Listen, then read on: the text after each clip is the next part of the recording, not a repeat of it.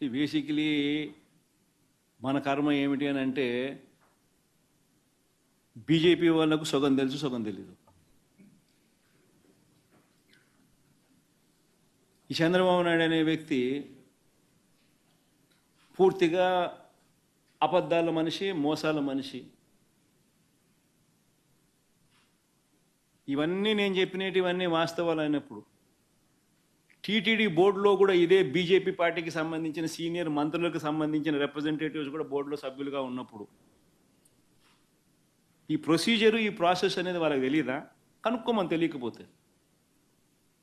తెలియకపోతే కనుక్కోమని చెప్పండి.